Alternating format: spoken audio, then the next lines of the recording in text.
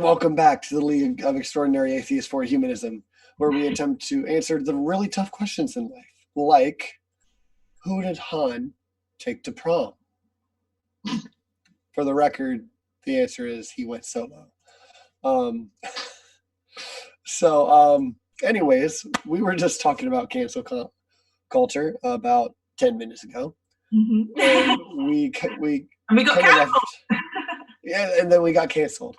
That's what we get. We should have known better. But we found a way through. We found a way around, and we're back anyways. So, Kelly, if you can briefly recap on the last example you gave. Yeah, well, we were obviously discussing some of the live chat questions on how to ascertain what is technically hate speech, and the sort of the variations of speech that can affect real world situations and individuals. And I think there's definitely a hierarchy of things, and a lot of the time in the real world you can sort of ascertain that quite easily as to, depending on where you live and how you're brought up and things like that, what words are okay to use, what aren't okay. And I think one of the issues is that people assume that because you are for free speech, you endorse hate speech. And I'll give you an example, if I may, very, very quickly. I did a video probably a good 6 months ago now, and it was a little bit reactionary, and I try to stay away from reactionary stuff, but it includes about free speech. And it was in regards to a video Cosmic Skeptic made about Steve Bannon attending the Oxford Union to give a speech. Now, he's obviously a very controversial character. He had been invited. There were protests planned. Everybody knew that was going to happen. And Cosmic Skeptic himself said he loves a good protest. Absolutely, why not? What happened is that the people who protested, not all of them, but a large enough subset of people actually physically barricaded the entrances and exits to the building. So not only people who wanted to get in to see the talk, but people whose accommodation could only be accessed that way, bars so they couldn't get to their jobs, or can go and have a pint, which is just, oh my God, the worst thing you could do to a British person. But how dare they? I mean, it was the middle of the day, so maybe they weren't drinking that much. There was obviously a police presence anyway, but there was calls for the police supposedly being pro-fascist and stuff like that. So it's just this over-the-top reactionary crap that's what we're wanting to avoid. I spoke about it and I agreed. I said, to what end is this going to occur? I love a good protest. I love it when people get their hackles up and they want to go and speak on something. I don't like the idea of protests being shut down. What is amazing is, like Cosmic Skeptic said, I may be afraid of what you say, but I'm not afraid of you saying it. And is it for somebody else to deny me hearing a point of view? So where does that end? A lot of people say, yeah, but look what hate speech can do, and how far that can go, whilst not sort of noticing how restrictive their actions are. And for example, and it's not always clear what the intentions are or what the meaning is behind what they're saying. And on that particular video, 6 days ago, I received a comment saying, "This is a really disappointing and inaccurate take. Free speech isn't a simple issue." I never said it was, but sad to see your fans, other people who commented, defending hate speech, which for reasons that can be explained in the video Philosophy of Antifa by Philosophy Tube, who's a British channel, brilliant, very much in tune with ContraPoints, but a gentleman, should not be considered free speech because of the effect it carries into the real world. Now, I haven't actually seen that video, but I can imagine it's amazing because he does great stuff. But they didn't say as to why they were disappointed compared to what, that they didn't think, perhaps from watching my other videos, that I would have this particular view. And inaccurate, that's what got me. Inaccurate, what do they mean by inaccurate? It was such a short video that I didn't go into the absolute depths of free speech, and the idea of, fighting for the right for somebody else to have a different opinion to you, all that sort of real heavy, going way back political philosophy stuff. It was just a reactionary thing to this thing as an example, which I wouldn't say it was cancel culture, because he still managed to do his talk and things like that, but it just showed the extreme nature of what can happen when people don't want you to hear something. Not that they disagree with it, but they don't want you to hear it. And it was just that. It was just, it's such an ambiguous comment that I sort of like, well, what on earth do you mean? But they felt strongly enough to react. And so it is strange, because I think people, like I said at the beginning, people feel strong and they feel powerful when they have a stance on something. But I think you can get carried along, and I don't think you realize that, you know, one day it's going to come for something that you have perhaps on the fence sort of opinion about, and then you'll be accused of the same thing, of being a centrist, or being a bigot, or being, when you know you're not. So Right. Yeah. People kind of take it to the extreme for a difference in opinion. mhm, And again, there's always lines, right? Because there are actual fascists, there are actual racists. So if we don't draw some kind of solid line, mhm, then it really fuels the fire for those who are fascists or racists or transphobic or whatever, right? They're like, oh, well, you're just trying to infringe on my free speech, or you're just being a crybaby or a snowflake because you don't like my opinion. mhm, So the way that we handle this is really important, because when they use logical fallacies or your own arguments against you, mhm, it really discredits your side or our side, or the wrong side. Excuse me, at many times. mhm. So it really is important to figure out how we handle this. Mhm. Um, one One thing of that the ways I is conversation, though, isn't it? One of the ways is conversation. That's absolutely, that's the problem. You know, I don't. People can have crappy opinions, but the moment you stop allowing people or making people feel like they can talk to each other, we're all fucked. yeah, and not in a good way. No, So, no, yes, no. um, yeah. So one thing I like to point out is Shannon Q. You know, she really tries to promote raising the level of discourse, right? And you can't raise the level of discourse without having discourse. So we need to keep that open communication. It is very important. But we do need to draw lines, and everyone is different, right? Some people say, don't look at Matt Powell at all, right? Because he's an awful human being. Don't give him a platform. Don't even do a response video. At the same time, he's already gotten so much exposure and he's already growing. So does someone need to pay attention to him and say something? And then there's just Matt Powell himself, right? So what do we do? How do we handle it? And these are questions that we all tend to ask ourselves, and we all come to different conclusions. I, for one, think that, excuse me, sorry, that since Matt Powell, for instance, does call for hate speech, we should kind of kneecap his platform. Maybe still talk about him, but not invite him on, try to knock him off his own, and so on and so forth. If it's someone like Jordan Peterson, though, it's a little different, right? If someone like him is at Oxford and they're going to uh, um, do a speech, have a talk, do a conversation there, we want them to be able to share those ideas. He's not calling for violence. He is wrong on many things, right on some others. But that can be healthy debate. That can be healthy discourse. And it really is good for us to. Matt, can I ask? Let's say, for example, you were at Oxford and Jordan Peterson was Yeah. giving a talk. How do you know by what measure do you know what is right or wrong? What's occurring for you to ascertain what he's saying is right or wrong?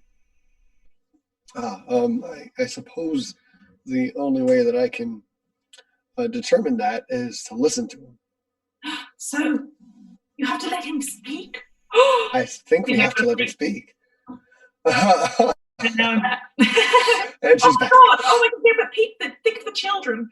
Think of the children. I'm sorry, I'm getting now, but no, I mean you have a solid point. This that's also Alex's point, right? Cosmic skeptics. I'm not afraid to let someone speak. Protests on in a wider lens, though, that can be different. That can really on a case by case issue have different answers. I think because if you're they're just giving their example of their free speech by saying I don't agree with it, but it's completely different to barricade a building and don't allow people who have tickets and you should have seen this footage. It was almost, they were literally like chain link humans, it was just foaming at the mouth craziness, and it does so much damage to what they're trying to express. There were other protesters who had signs and things like that. They were just there to protest and have a jolly good protest. They didn't agree with him being there. That's the beauty of protests. But the other people who are barricading it, to me, they're completely two separate entities, because they are just saying, not only do we not like the fact that he's here, but we can't believe anybody wants to see him. It's their way or the highway. And do you know what that kind of sounds like? It rhymes with smassism. See, I sound like I'm being kind of funny, but it was an example of that. It was plain as day,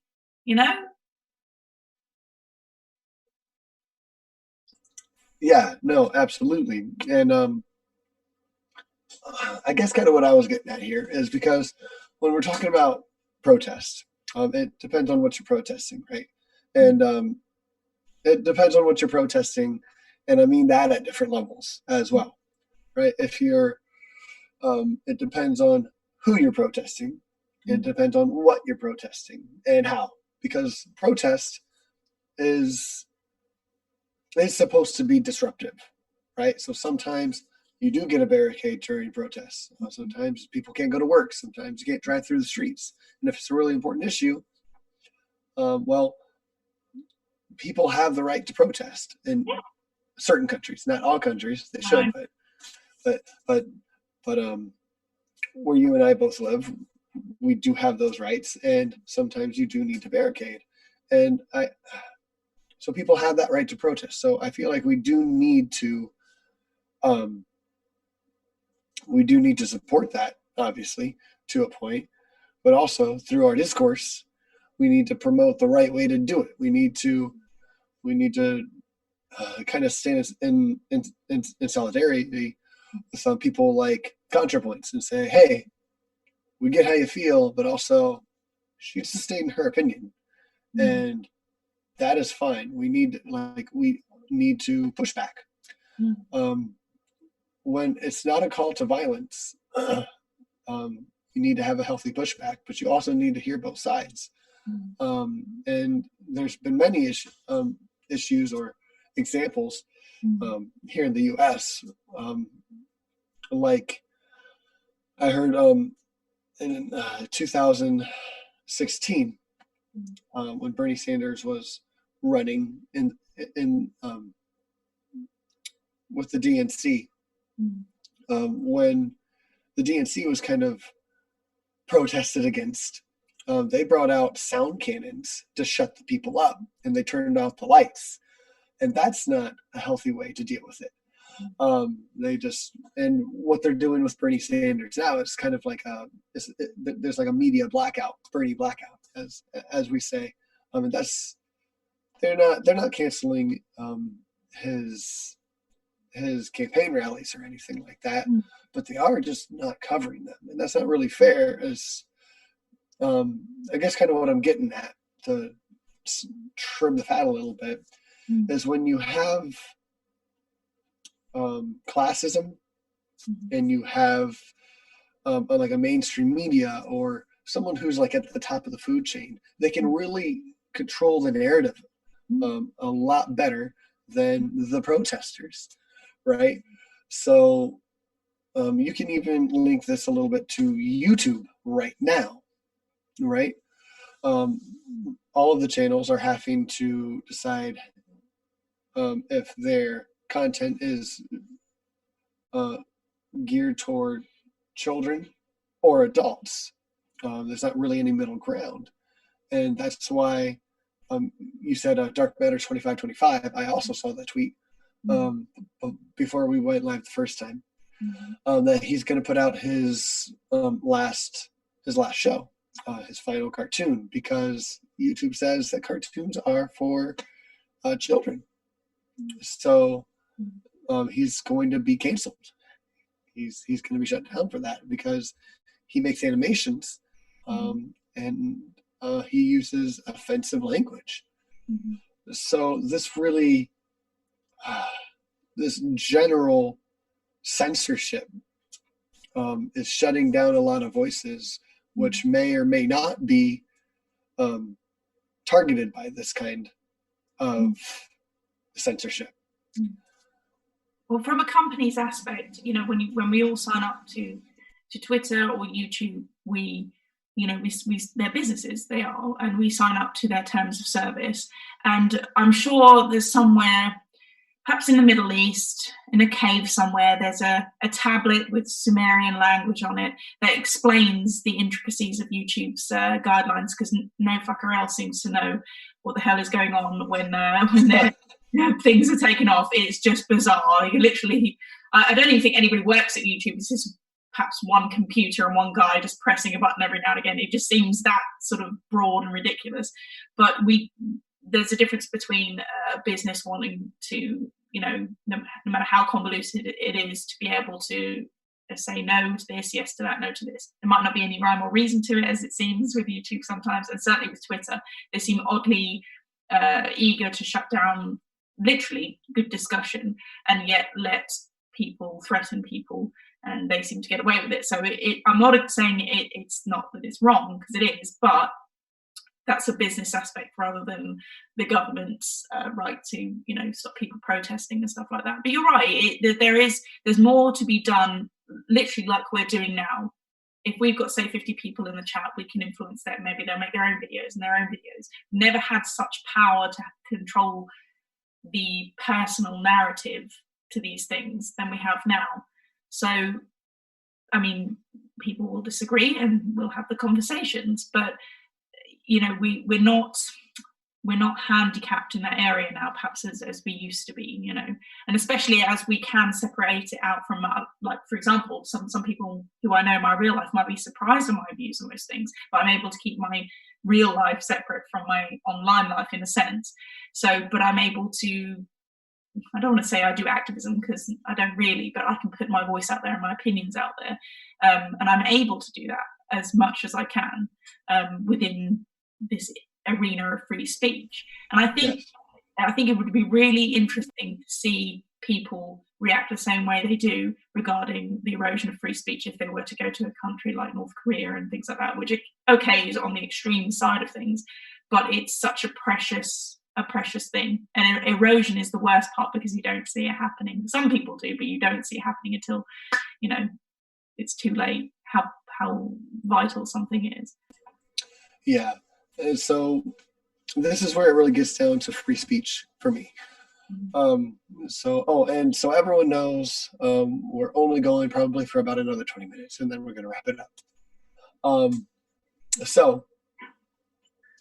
Again, this is where this all falls down on free speech. I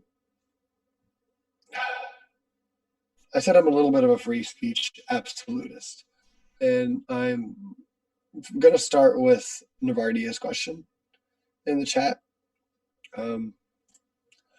She said that she knows someone who is extremely right-wing, to the point of saying that Black History Month is racist against whites. At what point should we cut off personal interactions? Well, that's a really, really good question. And I think that is mostly up to the individual. It's up to you. Because again, everyone needs to have their own resolve. Everyone needs to have their own lines. You don't need to necessarily conform to anyone else's. Mm. But I mean, I'll give you my line, for instance. So, excuse me. I think that when you're calling for violence, again, that's where you need to like kneecap them. Not in a physical way, obviously, but yeah, you need to kneecap their platform. You need to be like, all right, shut up. And also, at the same time, and this is a little hard to me for me to say, but I'm also like a little bit of a democracy absolutist, because if you don't support democracy for everyone, and you don't support like free speech for everyone, well, it can very easily be turned on you, right? And even if you do support it for everyone, it can be easily turned on you. But at least you'll still have them, right? So I think the way I said it to Christy is I would like more of a parliamentary system, right? So we don't just have a fucking two-party system over here in the U.S. And even for those hardcore right-wing extremists, I feel like to some extent of like percentage, like they should be represented in Parliament or Congress, right? Like they should have a few racists representing the people who are racist in our country, because those people exist. Those people exist. They want their voices to be heard just like everyone else. And if we just suppress them, one, that's just fuel for their fire, right? And they use that. And if you can't speak, what do you resort to? Usually violence, especially if you feel passionate about something. So we need to give them an outlet, at least nationally, at least officially give them an outlet. But at the same time, that opens you up to refute and rebut everything they say, right? I think before, I think to be safe to really trust that kind of platforming, we need to fix the education system in our country, and maybe yours, and we need to fix just democracy and get money out of politics in general, because whoever is at the top controlling the narrative can control the narrative, right? And we need to make sure that everyone has equal access, and like easy equal access, like Twitter, like just being the dumpster fire, the beautiful dumpster fire that it is. It really is an online, just public platform. We shouldn't treat it like a business anymore, because that's not how people use it. People should just be allowed to speak their mind, even if it's horrible. And we should flag things, and we should have guidelines of just straight up hate speech or calls to violence, right? People can flag things. Maybe the more flags you get, the lower down it goes. I don't have the exact solution for it, but I think you can take what I'm saying generally and kind of come up with a conclusion that I would probably agree with here. So without ranting too long, what do you think about my words, Miss Thunder? No, absolutely. I'm such a nerd. When you said about absolutism, I just thought only Sith deals in absolutes. But it's taking a stance. It's being able to say, no, this means this and that means that. that's what makes it such a multifaceted issue, and in some ways a cultural issue. What some people consider to be, not necessarily hate speech, but something that could be damaging on a large scale, or political views that could be on a large scale. It applies to so many different things, and like I said, I think there is a hierarchy of things like threatening behaviour, judging people on their race, their sex, even on some levels to somebody's intelligence level. I've seen this a lot lately, where people assume people's level of intelligence based on one or two tweets, and it angers me, because the answer to the whole issue to me is education, not just education, but to make it so that, like you said, everybody has access to good education. Now, some people are going to say, bias this, bias that. If your teachers are teaching you this, then you're not hearing this. That's another conversation on how to educate people. But Yes. Say that one person has a better, more solidified, more correct opinion than somebody who might not be as informed, then inform them. Say, oh, have you looked at this? Have you looked at that? But that doesn't occur. It's just, my opinion's this, my opinion's that, bam. That's all that seems to happen.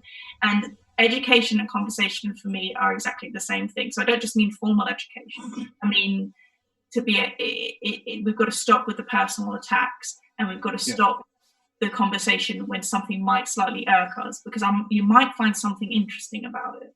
And right. So I do want to piggyback on that a little bit. And 10-minute warning, everyone. We have 10 minutes, so show has 10 minutes. But we're getting, like, we could go on for hours. I'm sure, because one, Kelly and I like talking to each other.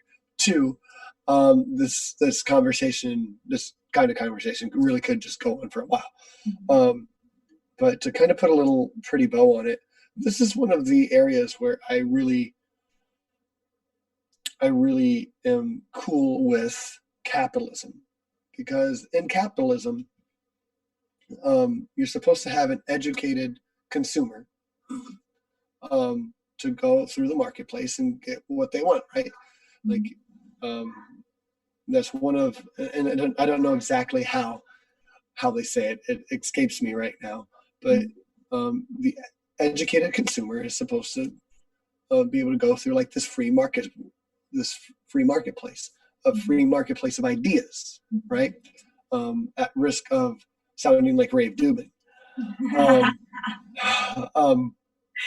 But yeah, we need this free marketplace of ideas, but we also need educated consumers, right? I'm all for this battle of ideas, battling for the best ideas, because, well, for a few reasons. I think that there are different ways to run a country, like different, there's not just one way to run an economy or a political system. There are multiple ways, but there's only a few ways that each of these ways work. Like, there's only a few ways that socialism really works. There's only a few ways that capitalism really works. Like, you have to have checks and balances in all of these systems. You can't just have pure anarchy and have a real straight, like, moral system. Like, you have to drop something. So, I don't know if I really have a lot more to add to that. I think that's pretty much my point right there. Is like, you need to have an educated population to talk about ideas like this, and to have an educated population, as I've gone back before, you need to make life free enough. You need to give people enough economic freedom and spare time to put focus into politics and economics, and engage in the world and the communities around them. Otherwise, you're trapped in bubbles like we are in now. Like, so many people don't want to talk about politics because, one, it's divisive, including identity politics.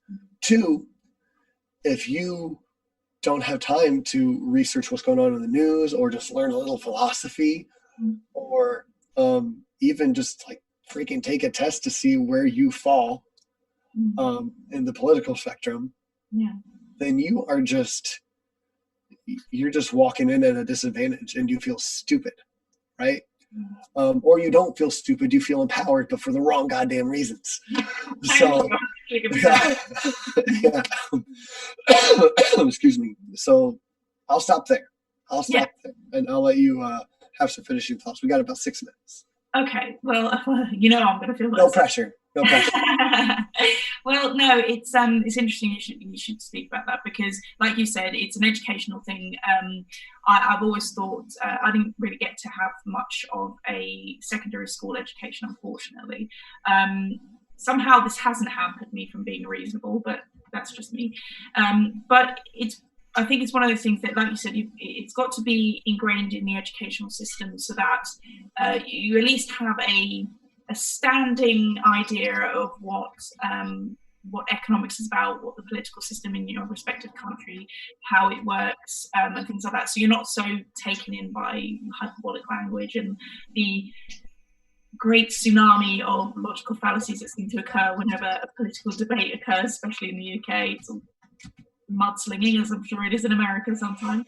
But yeah, the continuing education, because as much as there's aspects of society that need to be held accountable to educate its citizens correctly, there is personal responsibility to not allow yourself to get into an echo chamber. I'm not telling people not to, but it will hamper you. It will completely bias your opinion on a lot of things. I've seen it happen. I've literally seen it happen before my eyes.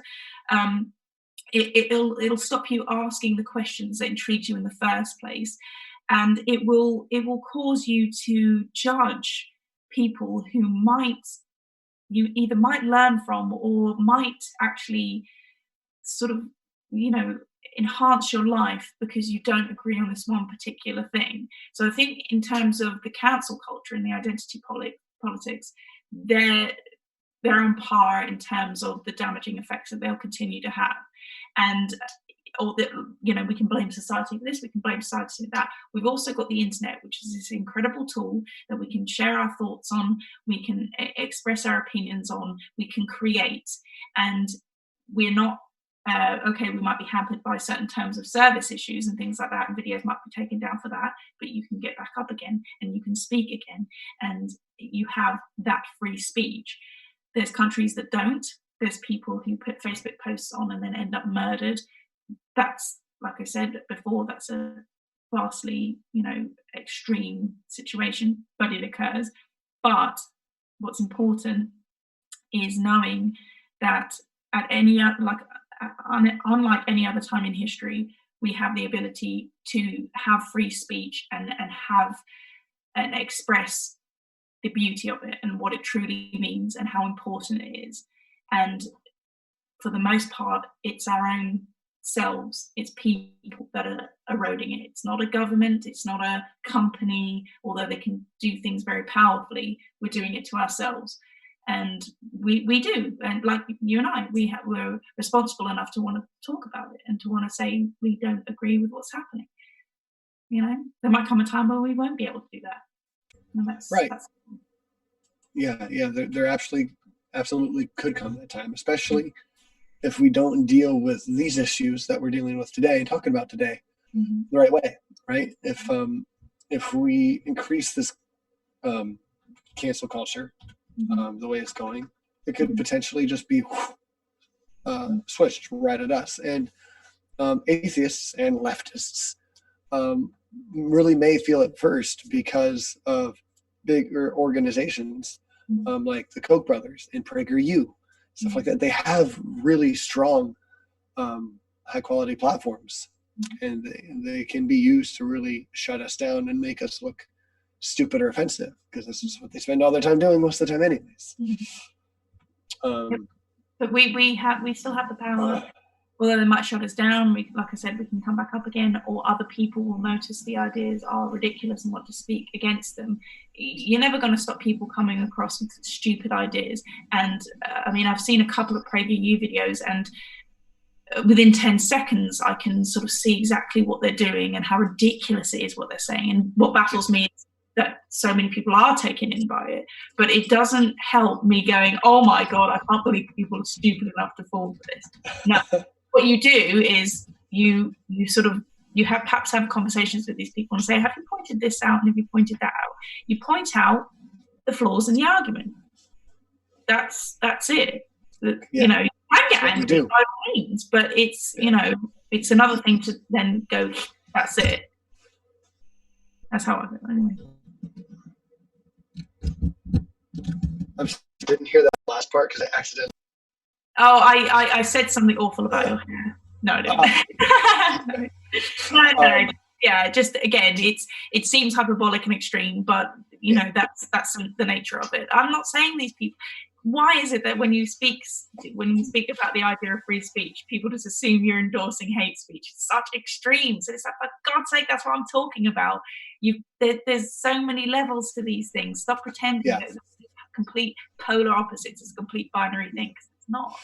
No, really? Yeah, I agree. And unfortunately, I'm gonna have to cut you off there because we have like about 30 seconds left of this stream, which sucks.